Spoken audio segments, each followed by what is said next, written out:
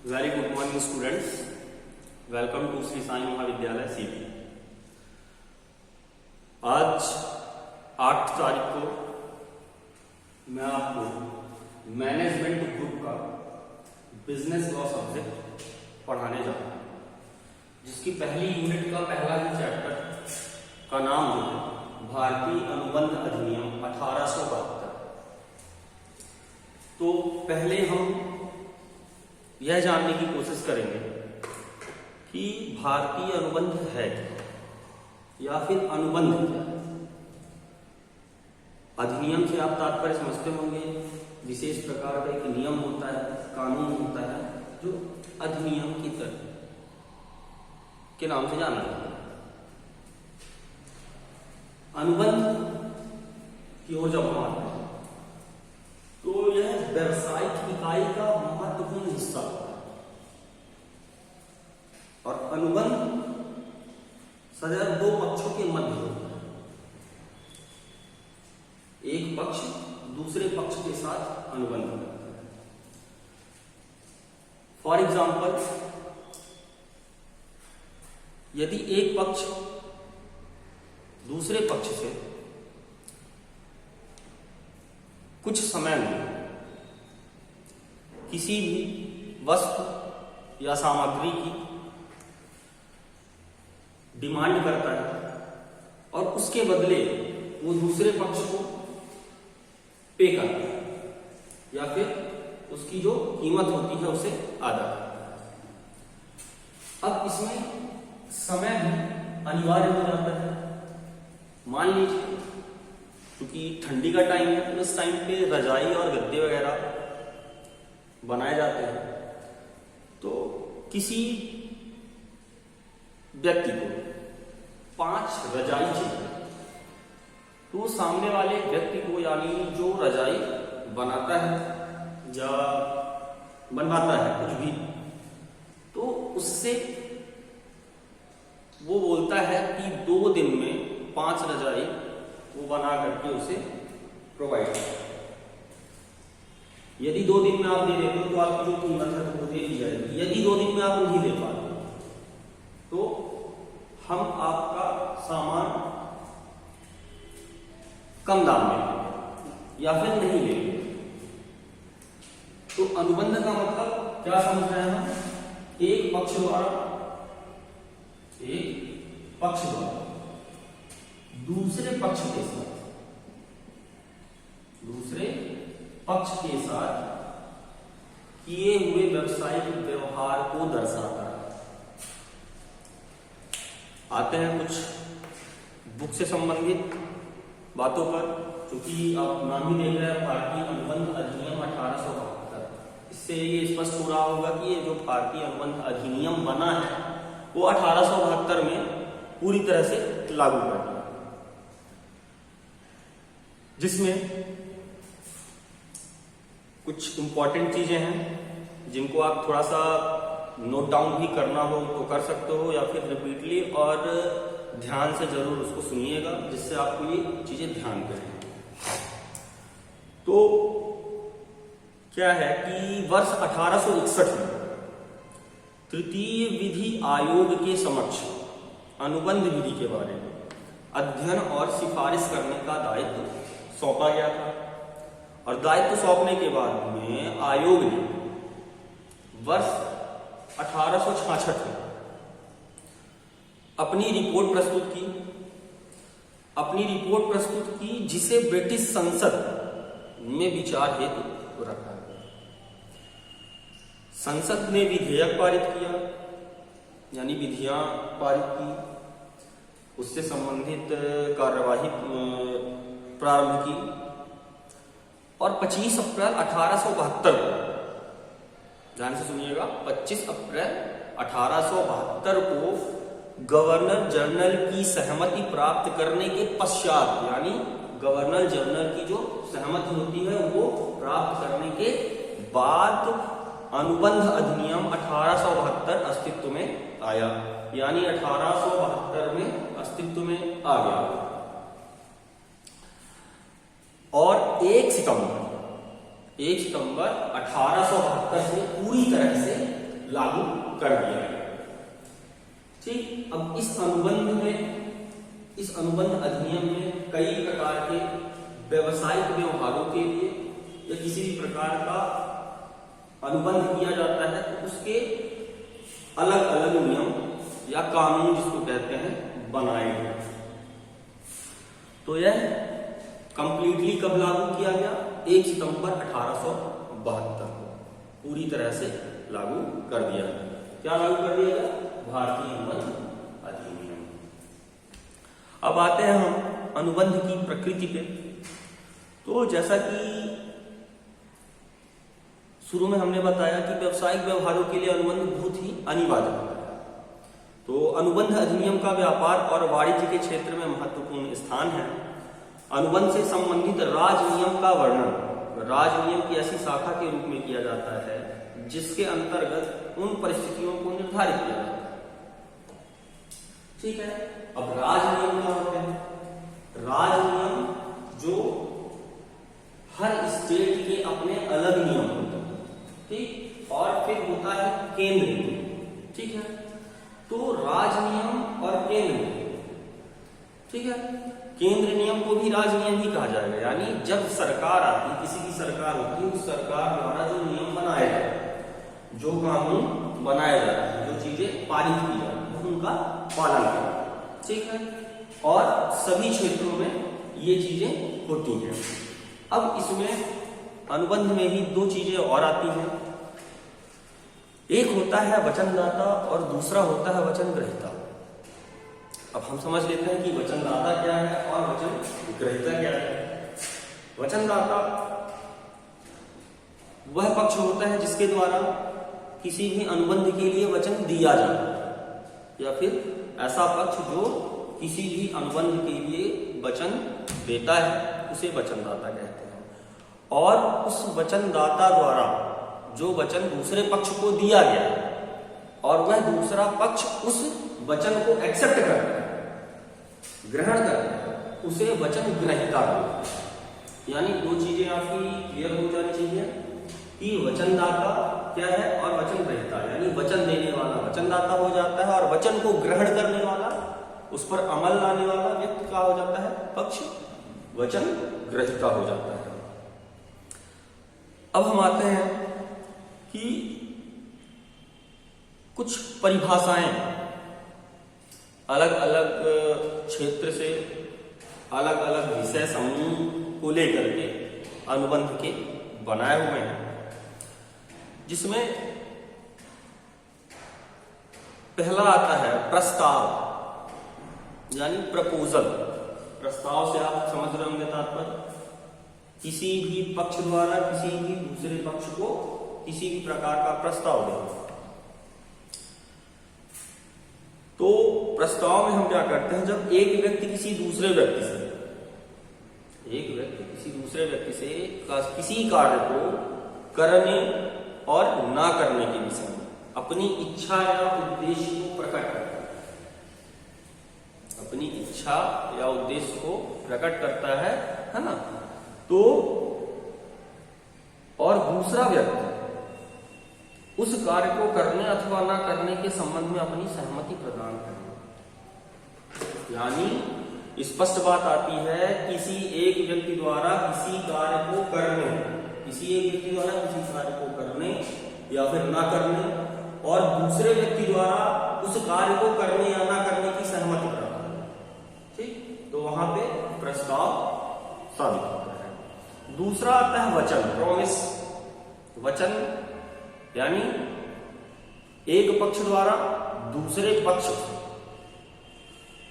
एक पक्ष द्वारा जो दूसरे पक्ष को वचन दिया जाता है, ठीक है, कि आप यह कार्य या फिर यह सामग्री, इस सामग्री की आपूर्ति आप हमें इतने समय में करते हैं।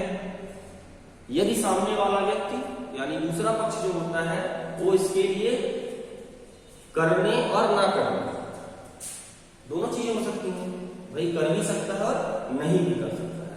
तो यहां पे जो स्टेटमेंट देता है दूसरा पक्ष पहले पक्ष को, तो वहां पे वचन की बातें आती है, वहां पे क्या हो जाता है कि हाँ वचन दिया गया है या फिर वचन लिया गया है उस कार्य को, संबंधित कार्य को करने के लिए। तीसरी चीज आती है वचनदाता, वचन ग्रहीता। इसके बारे में हम बात कर ही चुके हैं। वचनदाता यानी जो वचन दे रहा होता है, और वचन ग्रहीता यानी जो वचन ले रहा होता है। ये भी अनुबंध के अंतर्गत ही आते हैं। ठीक है। प्रतिफल, प्रतिफल से मतलब आप समझ रहे होंगे, जब हम कोई भी कार्य करते हैं या फिर हम किसी भी व्यवसायिक व्यवहार को करने जाते हैं, तो हमारा एक उद्देश्य ये होता है कि हमें उसके बदले कुछ अच्छा प्रतिफल मिले।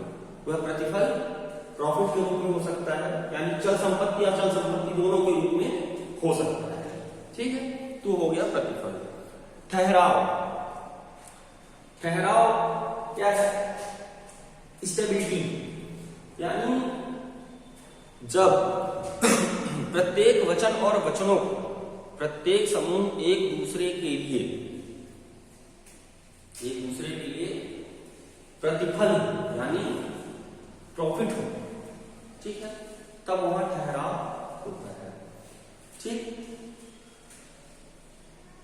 6 नंबर है पारस्परिक वचन। पारस्परिक वचन को हम इस प्रकार से समझ सकते हैं कि जहां पे हमारा प्रतिफल सुनिश्चित होना चाहिए। पारस्परिक वचन के जरिए क्या हो जाता है कि हमारा जो प्रॉफिट हो जाता है वो सुनिश्चित हो जाता है। ठीक है। अब अनुबंध की परिभाषा कुछ राइटर्स के अनुसार आपसे बताते हैं हम, है ना, जिसमें सर फ्रेडरिक पोलक राइटर है ये, सर फ्रेडरिक पोलक, उन्होंने कहा है प्रत्येक ठहराव तथा वचन जो राजनियम द्वारा प्रवर्तनीय हो। राजनियम द्वारा प्रवर्तनीय यानी अधिनियम कानून के तहत प्रवर्तनीय हो, वह क्या कहलाता है? अनुबंध कहलाता है। यानी जिस पर गवर्नमेंट का पूर्णतः हस्तक्षेप हो, यानी सरकार उस पर हस्तक्षेप कर सकती है ना, वो क्या हो जाता है? कहलाता है अनुबंध कहलाता है। अब अनुबंध में कुछ इंपॉर्टेंट क्वेश्चंस आते हैं। ठीक है, तो पहला क्वेश्चन आता है आपका अनुबंधों का वर्गीकरण। अब चूंकि अनुबंध है तो अनुबंध में बहुत सारी चीजें आएंगी, उनकी प्रक्रियाएं आएंगी, प्रकृति आएगी, उद्देश्य आएंगे, लक्ष्य आएंगे और वर्गीकरण आएगा, है ना, विशेषताएं आएंगी, वो तमाम सारी चीजें आएंगी। तो उससे पहले अपन क्वेश्चन में पढ़ते हैं अनुबंधों का वर्गीकरण। अब अनुबंधों का वर्गीकरण जो है तो उसमें सबसे पहली चीज आती है व्यर्थ अनुबंध। अब व्यर्थ अनुबंध किसे कहते हैं? राजनियम द्वारा प्रवर्तनीय ठहराव को अनुबंध कहते हैं। ये बात कर चुके हैं हम। यदि कोई ठहराव राजनियम द्वारा प्रवर्तनीय नहीं है ना, यानी जो राजनियम द्वारा प्रवर्तनीय नहीं है, ठीक, वो क्या हो जाता है? वो व्यर्थ अनुबंध। ठीक, क्योंकि यह अधिनियम का पालन नहीं कर रहा, तो वह क्या हो जाएगा? व्यर्थ अनुबंध हो जाएगा। दूसरा आता है व्यर्थनीय अनुबंध। व्यर्थनीय अनुबंध में जो ठहराव उसके पक्षकारों में से एक या उसकी अधिक, एक या एक से अधिक की इच्छा या विकल्प पर प्रवर्तनीय है, यानी किसी एक व्यक्ति द्वारा, किसी अनुबंध में किसी एक व्यक्ति द्वारा या एक से अधिक व्यक्ति द्वारा, है ना, उसके राजनियमों में प्रवर्तनीय, किंतु दूसरे पक्षकार या पक्षकारों की इच्छा या विकल्प पर प्रवर्तनीय नहीं है। लेकिन वहीं पे दूसरी पक्षकार है या दूसरे पक्षकार की तरफ भी कई लोग होंगे, तो उनमें भी अगर प्रवर्तनीय नहीं है, राजनियम प्रवर्तनीय नहीं है, तो वह क्या कहलाएगा? व्यर्थनीय अनुबंध। ठीक। अब एक होता है अवैध अनुबंध। अवैध अनुबंध आपको शब्द से ही समझ में आता होगा। अवैध, आपने सुना होगा जब लोग मकान बनाते तो मकान में चूंकि लकड़ी का भी सामान लगता है, कुछ लोग अपने गांवों से या जंगलों से शाम के समय या रात के समय चोरी से सामान लाते हैं और वह सामान बेचते भी हैं, ठीक है। तो इसमें भी एक प्रकार का नियम होता है, लेकिन ये क्या हो जाता है, अवैध। यानी इसको, इस अनुबंध को करने के लिए किसी भी प्रकार की गवर्नमेंट की परमिशन नहीं ली, ठीक है। तो ये जैसे इनलीगल काम हो गया, स्मगलिंग का, ठीक है ना, कि जिसमें हम चोरी छुपे किसी भी वस्तु के लिए अनुबंध करें। फॉर एग्जाम्पल, हम चूंकि मार्केट से उसी चीज को खरीदेंगे तो हमें महंगा पड़ेगा, इसी रीजन से हम सामने वाले पक्ष से अनुबंध करते हैं कि हमें यह सामान आप उपलब्ध करें। सामने वाला व्यक्ति इनलीगल तरीके से वह सामान हमें उपलब्ध करा देता है। ये भी एक प्रकार का अनुबंध है जिसे हम अवैध अनुबंध बोलते हैं, ठीक है। वैध अनुबंध से भी आप बात समझ रहे होंगे कि जो गवर्नमेंट के अंडर पे या फिर कुछ नहीं, मोस्टली काम ऐसे होते हैं, मोस्टली व्यवसायिक व्यवहार ऐसे होते हैं जो लीगल होते हैं, ठीक है, वैध तरीके से होते हैं, सभी प्रकार के नियम कानूनों का पालन करते हैं।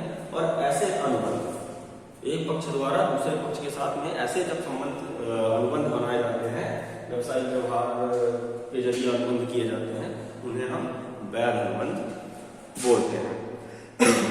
सॉरी। अब आता है अप्रवर्तनीय अनुबंध।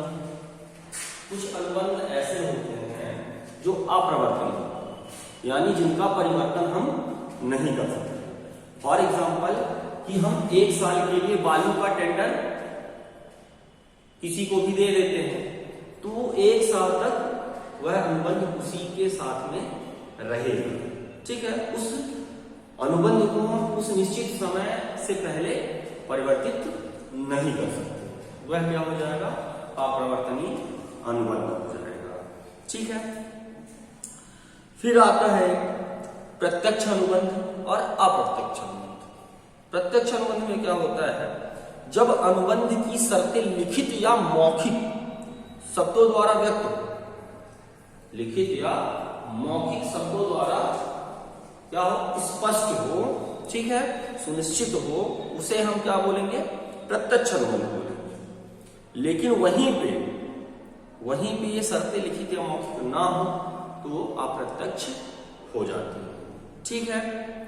फॉर एग्जाम्पल, अप्रत्यक्ष की स्थिति में हम आपको एग्जाम्पल दे सकते हैं कि हमने सामने वाले व्यक्ति से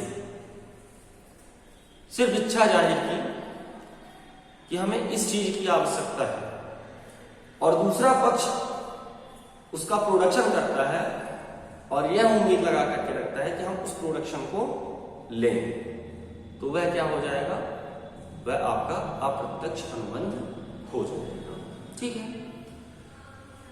फिर आता है निष्पादित अनुबंध। निष्पादित अनुबंध में प्रत्येक अनुबंधों में पक्षकारों को वचन के आधार पर उत्पन्न दायित्वों का पालन करना होता है। और वचन का पालन करने के लिए अनुबंध के दोनों पक्षकार बाध्य भी होते हैं, और यदि किसी अनुबंध के अंतर्गत वचन का पालन पूर्ण रूप से कर दिया जाता है तो उसे क्या कहेंगे, निष्पादित अनुबंध कहेंगे। निष्पाद्य अनुबंध भी होता है जिसमें पालन भविष्य में किया जाना होता है। निष्पाद्य में क्या होता है, जैसे फॉर एग्जाम्पल,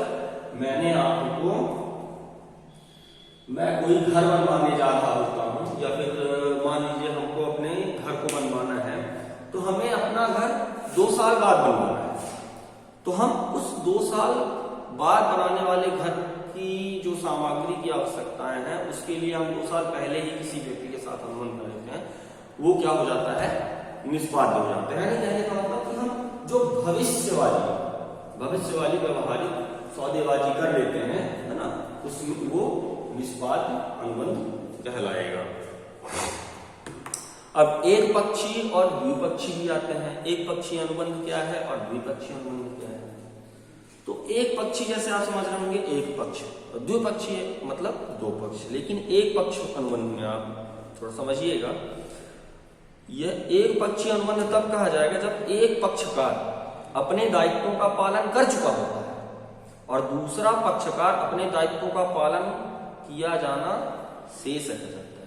यानी एक पक्षकार द्वारा अपना बोला गया कार्य पूर्ण कर लिया जाता है, लेकिन दूसरे पक्षकार का जो कार्य होता है उसके बाद का वह किया जाना बाकी होता है, तब वह एक पक्षीय अनुबंध कहलाता है। द्विपक्षी में क्या हो जाता है? द्विपक्षी में दोनों पॉजिटिव हो जाते हैं, यानी एक पक्षी द्वारा जो अनुबंध किया गया था उसकी सौदेबाजी जो की गई थी वो कंप्लीट कर लेने के बाद में जब दूसरा पक्ष भी उस चीज को पूर्ण कर लेता है, ठीक है, उस व्यवहारिक सौदेबाजी को पूर्ण कर लेता है, तब यहाँ पे द्विपक्षी हो जाता है कि भाई एक पक्ष द्वारा प्रोडक्शन किया गया और दूसरे पक्ष द्वारा उस प्रोडक्शन को बिक्री कर लिया गया, यानी खरीद लिया गया, खरीद लिया गया है ना, क्रय कर लिया गया। फिर आता है सामाश्रित अनुबंध और बाजीयुक्त अनुबंध। तो बाजीयुक्त तो आप समझते ही होंगे, सामाश्रित की बात कर लेते हैं अपन। अनुबंध अधिनियम की धारा 31 के अनुसार सामाश्रित अनुबंध वह अनुबंध है जो ऐसे अनुबंध से सहमत या संपार्श्विक किसी घटना के घटित होने, यानी किसी भी प्रकार की घटना के घटित होने के बाद, है ना, होने या ना होने पर ही किसी बात को करने या ना करने के लिए होता है। अब अगला आते हैं बाजीयुक्त। जैसा कि नाम से आपको या शब्द से ही समझ में आ रहा होगा, बाजीयुक्त यानी शर्त पे डिपेंड करता है, ठीक है ना, यानी जब हम शर्त लगाते हैं या फिर कोई बेट लगाते हैं ना, तो बाजीयुक्त अनुबंध में क्या हो जाता है, जो अनिश्चित होता है। भाई हम शर्त जब लगाते हैं तो हमें क्या पता रहता है, हमें नहीं पता रहता है कि क्या होना है क्या नहीं। फॉर एग्जाम्पल अभी मैच चल रहे हैं, तो मैच में जैसे लास्ट ओवर में जब मैच फंसता है तो दो लोग आपस में बैठ करके बाजी लगाते हैं या बेट लगाते हैं कि देन ऑस्ट्रेलिया जीतेगी, देन इंडिया जीतेगी, लेकिन हमें एग्जैक्टली पता नहीं होता है कि कौन जीतेगा। तो ऐसे जो अनुबंध होते हैं वो कैसे क्या कहलाते हैं, बाजीयुक्त अनुबंध कहलाते हैं, ठीक है। अब कल्प अनुबंध का तात्पर्य डायरेक्ट इमेजिनेशन से, यानी कल्पना से। कल्प अनुबंध का मतलब इमेजिनेशन से, यानी कुछ अनुबंध हम अपने विचारों में या फिर एक तरह से अपने सपनों को देख करके, है ना, जो हमारे अंदर विचार होते हैं उनको देख करके उसी हिसाब से जो अनुबंध किया जाता है उसे हम कल्प अनुबंध का नाम दे सकते हैं, ठीक। इस प्रकार से आपका यह चैप्टर फिनिश हो गया। आपका पहला चैप्टर था, है ना, पहला चैप्टर आपका भारतीय अनुबंध अधिनियम 1872 था, जिसको हमने आपको स्पष्ट समझा दिया है। और एक चीज और ध्यान रखिएगा, चूंकि कोरोना काल चल रहा है, आप सभी को जैसे पता ही है ना, तो इसमें ऑनलाइन क्लासेस ली जा रही हैं। ऑनलाइन क्लासेस लेने के बाद में आपके पास में लिंक आती है, आप उस लिंक को टच करते हो, उस लिंक को ओपन करते हो, देन आपको क्लासेस प्रोवाइड हो जाती है। तो आप जो YouTube चैनल में आप इस वीडियोस को देखते हो तो सब्सक्राइब जरूर कर दिया करो, लाइक जरूर कर दिया करो। सब्सक्राइब करने के लिए इसलिए बोलता हूँ क्योंकि जैसे जो सेकेंड वीडियो आएगा, है ना, या अगला वीडियो आएगा, तो वो ऑलरेडी नोटिफिकेशन में आपको शो करने लगेगा, आपको बहुत ज्यादा सर्च करने की आवश्यकता नहीं पड़ेगी, ठीक है। अब हम आते हैं चैप्टर नंबर 2, ठीक है। चैप्टर नंबर 2 आपका चैप्टर नंबर 2 का नाम है वैध अनुबंध के आवश्यक लक्षण। वैध अनुबंध के आवश्यक लक्षण। अब जैसा कि आप ये स्पष्ट देख रहे हैं, वैध अनुबंध यानी जो लीगली, ऐसे अनुबंध जो अधिनियम के अनुसार किए जाते हैं, ठीक है, कानून और नियम का पालन करते हुए किए जाते हैं, है वैध अनुबंध के अंतर्गत। अब वैध अनुबंध में क्या होता है? वैध अनुबंध के कुछ आवश्यक लक्षण, लक्षण का तात्पर्य होता है विशेषताएं, क्वालिटीज, ठीक है। तो अभी पहले हम थोड़ा सा इसको समझेंगे कि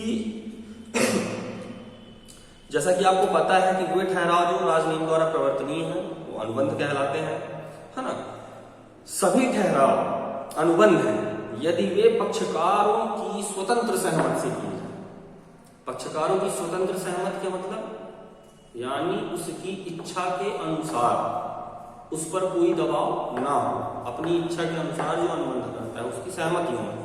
स्वतंत्र सहमति से किए जाते हैं जिनमें अनुबंध करने की क्षमता है, जो विधि पूर्ण प्रतिफल के लिए तथा विधि पूर्ण उद्देश्य से किए जाते हैं,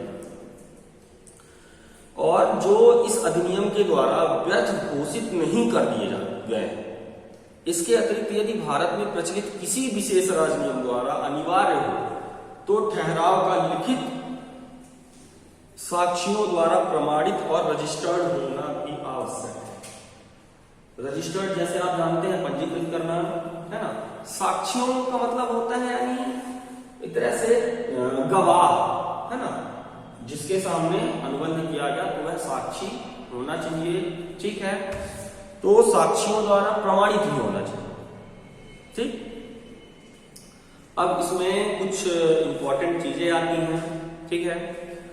उस इंपॉर्टेंट चीजों में सबसे मेन है कि वैध अनुबंध के लक्षण, क्योंकि जिसकी चर्चा कर रहे हैं आवश्यक लक्षण।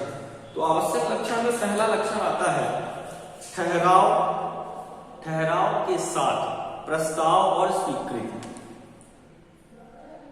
अनुबंध में ठहराव अनिवार्य होता है, आवश्यक होता है ना। बिना ठहराव के किसी भी प्रकार का कोई अनुबंध सही नहीं, ठीक है। इसी के अंतर्गत आता है प्रस्ताव और स्वीकृति। प्रस्ताव यानी